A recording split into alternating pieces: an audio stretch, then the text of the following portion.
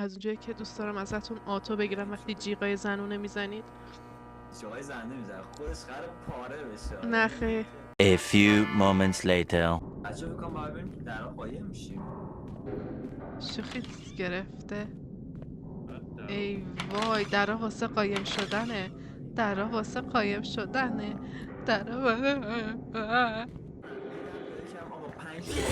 وای وای برو اونور وای نستا وای نستا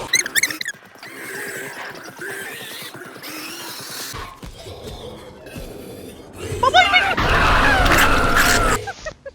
این تو اتاق هم میاد بچه ها. جدی میفرمایی؟ باز نمیشه. قایم شدم تو در. من رفتم تو در قایم شدم.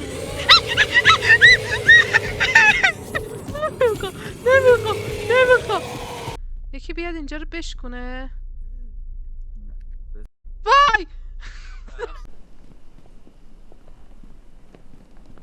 تو خونه شده راست تو باید بریم. اینو به راست. دید فرار کن فقط فرار کن. بریم سمت اون چراغ قرمزه ببینیم چیه. آره What the fuck منو یه چیزی از پشت گرفت اومد برد. اون برامون بمبش ده. ببین الان من یه چیزی بگم. بیا اون نوار زرده رو بینی روش برو. من چرا برم خودت برو. چی شدی؟ بده خب همچین اتفاقی واسط میفته. خرم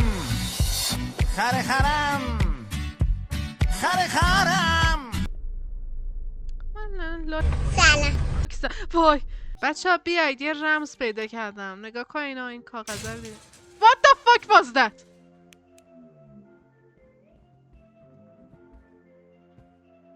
بچه ها آسانسورمون کنده شد.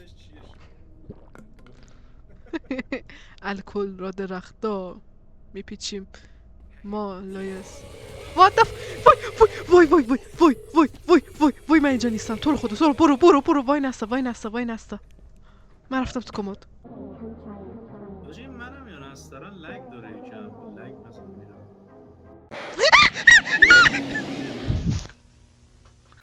وای اکسیت بسته است. بدو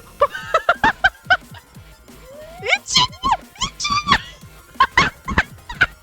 من نیدم کجا قایم شدی آخه. قایم نشدم فندق مغز دارم میگم سمت آسانسورم من. آسانسور کدوم وره؟ اوه یکی به این مپ بده گوگل مپ بلدش. مردی؟ سلامتی هاشم مرده.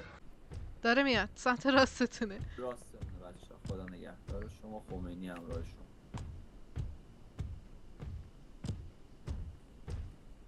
He'll only attack when you can't see him. که باید نگاش کنیم. اوکی یه لحظه نگاش کن. تو نگاش کن. نگاش کن. کجا رفت؟ خوب نگاش کنم. نه ببین بیا بازی ببندی. آره من نمیخوام.